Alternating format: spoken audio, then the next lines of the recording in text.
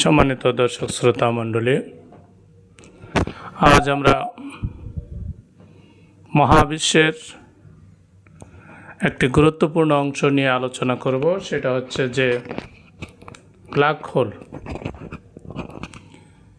যে ব্ল্যাক হোলকে বলা হয় সৌরজগৎ ধ্বংসের স্থান, অর্থাৎ যেখানে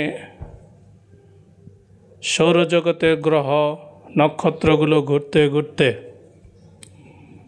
যখন ব্ল্যাক হোলের নিকটে উপস্থিত হয়, তখন সেই ব্ল্যাক হোলের ভিতরে প্রবেশ করার পরে মাধ্যাকর্ষণ শক্তি নষ্ট হয়ে যায়, সূর্য তার আলো হারিয়ে ফেলে।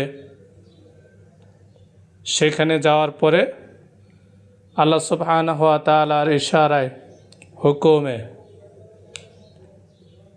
সৌরজগৎগুলো ধ্বংস হয়ে যায়। আমাদের সৌরজগতের আগেও অনেক সৌরজগৎ ধ্বংস হয়েছে, যার প্রমাণ মহানবী হযরত মুহাম্মদ সাল্লাল্লাহু আলাইহি ওয়াসাল্লাম মেরাজে গিয়ে অন্য একটি সৌরজগতের জ্ঞানশক্তি সম্পন্ন প্রাণীদের জান্নাত জাহান্নাম এবং সব কিছু দেখে তিনি এসেছেন। অর্থাৎ তিনি শেষ নবী সকল সৌরজগতের। তার জন্য তাকে রাহমাতাল লিল আলামিন বলা হয়। আল্লাহ হচ্ছে রব্বুল আলামিন, আর মুহাম্মদ আলাইহিস সালাতু ওয়াস সালাম হচ্ছে রাহমাতাল লিল আলামিন। আমাদের এই পৃথিবী থেকে ব্ল্যাক হোলের দূরত্ব বিজ্ঞানীগণ অনুসন্ধান করে পেয়েছেন 10,000 মিলিয়ন আলোক বছর দূরত্ব। এভাবে যখন এই বিশাল 10,000 আলোক মিলিয়ন বছর যখন অতিক্রম করবে, তখন আমাদের সৌরজগৎটিরও কিয়ামত অনুষ্ঠিত হবে। যেমন আল্লাহ সুবহানাহু ওয়া তাআলা পবিত্র কোরআনে বলেন, ফালা উকসিমু বিমাওয়াকিউন নুজুম ওয়া ইন্নাহু লাকাসামুল লাউ তা'লামুনা আযীম।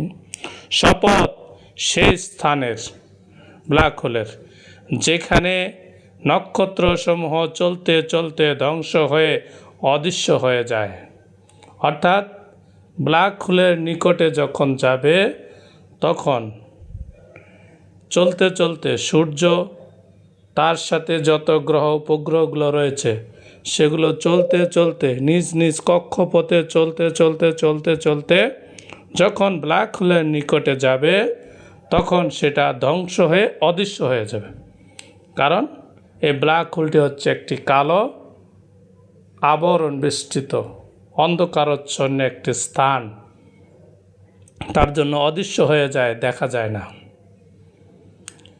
তখন এই সবগুলো গ্রহ উপগ্রহগুলো একটা ভিন্ন আকৃতি ধারণ করবে, যেমনটা আল্লাহ কোরআনে বলে দিয়েছেন, ইয়াউমা তুবাদদালুল আরদু গায়রাল আরদি ওয়াস সামাওয়াতু ওয়া বারাজু লিল্লাহিল ওয়াহিদিল কাহ্হার।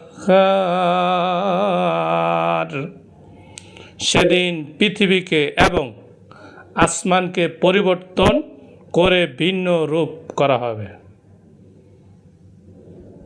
সব মানুষ এক মহা ক্ষমতাধর আল্লাহর সামনে উপস্থিত হবে। সূরা ইব্রাহিম 48 নং আয়াত।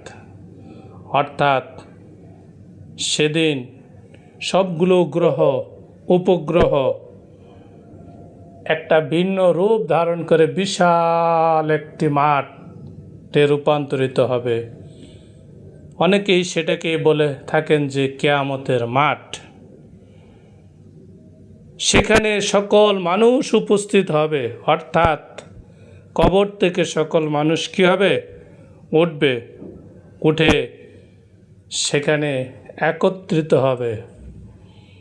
একত্রিত হওয়ার পরে হাসর অনুষ্ঠিত হবে।